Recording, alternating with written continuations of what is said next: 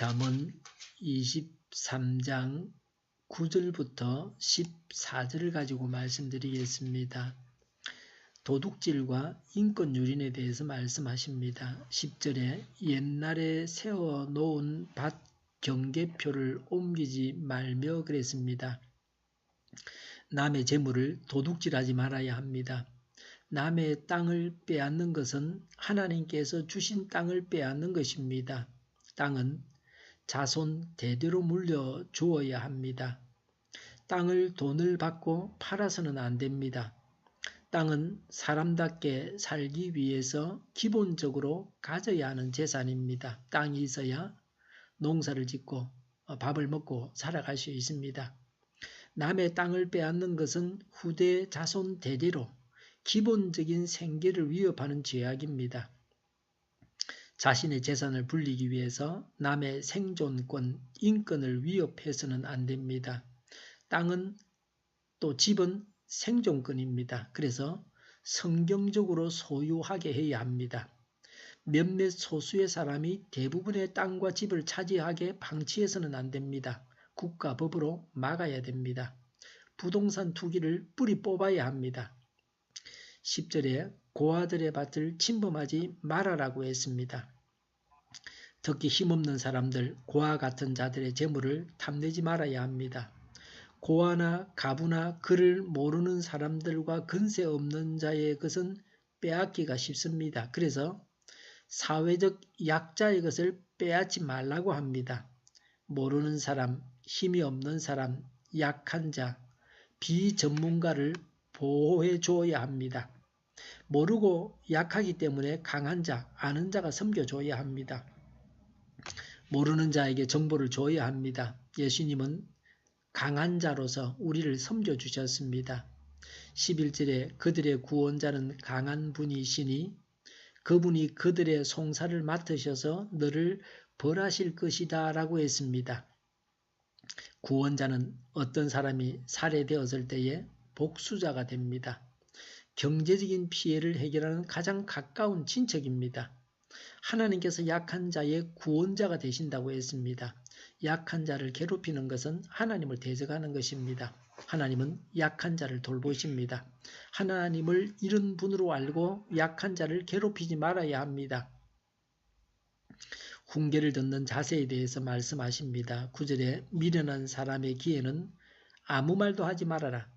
그가 너의 슬기로운 말을 업신여길 것이기 때문이다 라고 했습니다. 미련한 사람은 자기의 좁은 주관과 악한 생각에 사로잡혀서 남의 말을 전혀 듣지 않는 어리석고 냉소적이며 고집이 센 사람입니다. 미련한 자에게 말을 하는 것은 어리석은 사람을 이해시키려고 노력하는 행위입니다. 어리석은 자를 깨우치려고 노력하는 것은 아무 소용이 없습니다. 공부도 못하는데 선생님이 가르쳐주면 지 말이 맞다고 우기고만 있습니다. 어떻게 공부가 되겠습니까? 오히려 업신여김을 당할 것이라고 말합니다. 예수님도 마태복음 7장 6절에서 돼지에게 진주를 주지 말라고 하셨습니다. 받아들일 만한 사람인지를 분별해서 받아들일 사람에게 말을 해야 합니다. 소화시키지 못할 음식은 먹지 않는 것이 좋습니다. 받아들이지 못할 사람에게 말을 하지 말아야 됩니다. 박사학위를 갖고 있어도 그 방면에만 박사지 온 모든 영역의 박사는 아닙니다. 다른 사람에게 항상 배우려고 하는 마음을 가져야 됩니다. 마음이 다친 박사도 있을 수 있고 무학자고 교육을 제대로 받지 못했지만 항상 배워서 유식한 사람도 얼마든지 있습니다. 항상 누구에게나 열린 마음과 배우려고 하는 겸손한 마음을 가져야 됩니다. 요새는 아이들에게 젊은 사람들에게도 배울 것이 많이 있습니다. 컴퓨터나 스마트폰으로 인해서 이전과는 완전히 다른 세상을 살고 있습니다. 어저께도 이 동네 사는 어르신이 일반 폰을 가지고 계신데 요새는 그 생활보호 대상자들도 나라에서 통신요금을 다 대주기 때문에 다 휴대폰 갖고 있습니다. 일본에 있는 아들하고 무료 통화를 하고 싶은데 자기 폰으로 하면 돈이 많이 나오죠. 제 폰으로 하면 카톡으로 해서 그냥 얼굴 보면서 통화하는 다 무료입니다. 그 복지관 옆에 와이파이 잡히는 곳에서 연결해 드렸습니다. 그거 할 수 있어야 되죠. 심지어 그 전화는 쓸 수 없어도 못 쓰는 스마트폰 가지고 카톡만 연결되면 그 와이파이 존에서 얼마든지 무료 통화할 수 있습니다. 아날로그 시대에서 디지털 시대로 바뀌었습니다. 이전에는 우리 교회도 오디오 테이프를 빌려주거나 선물로 드렸습니다. 그런데 지금은 그 일을 안 합니다.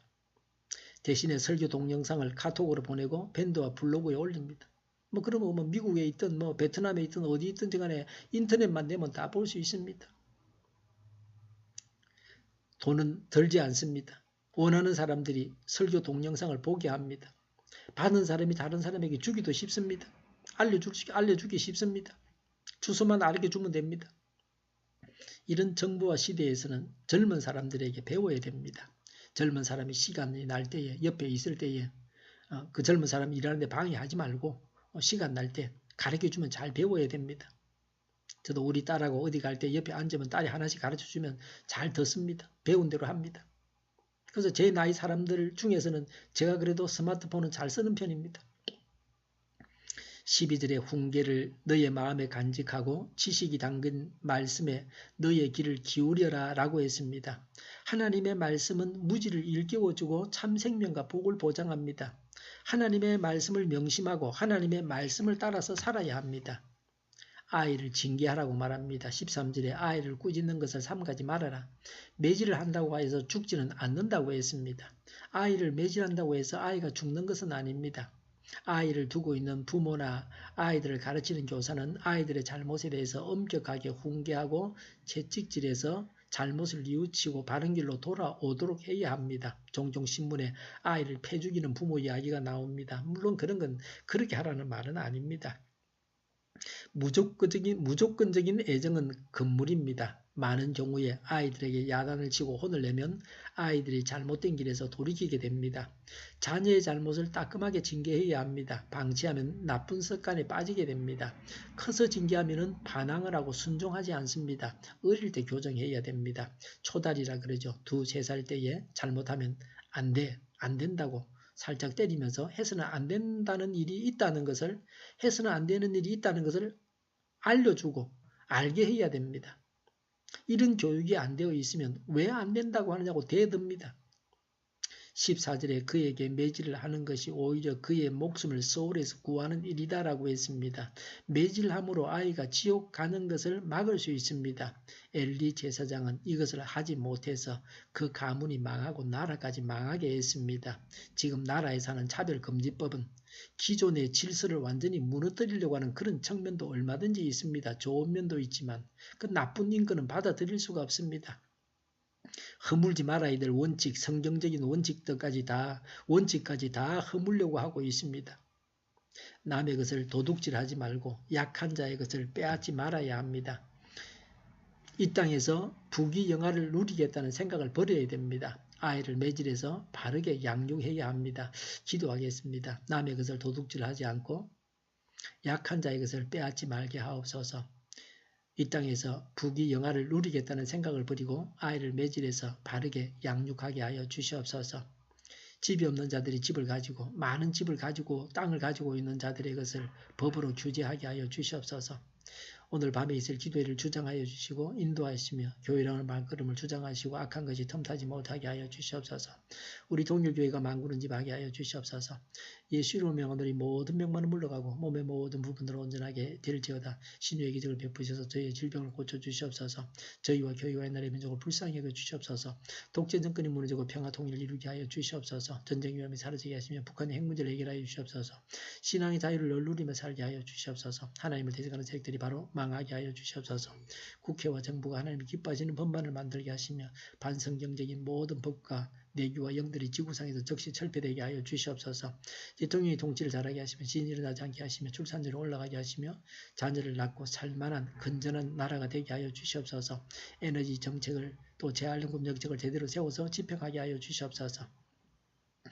부산 시민들이 늘 맑은 원수를 공급받을 수 있도록 이 일에 정부가 나서게 하여 주시옵소서.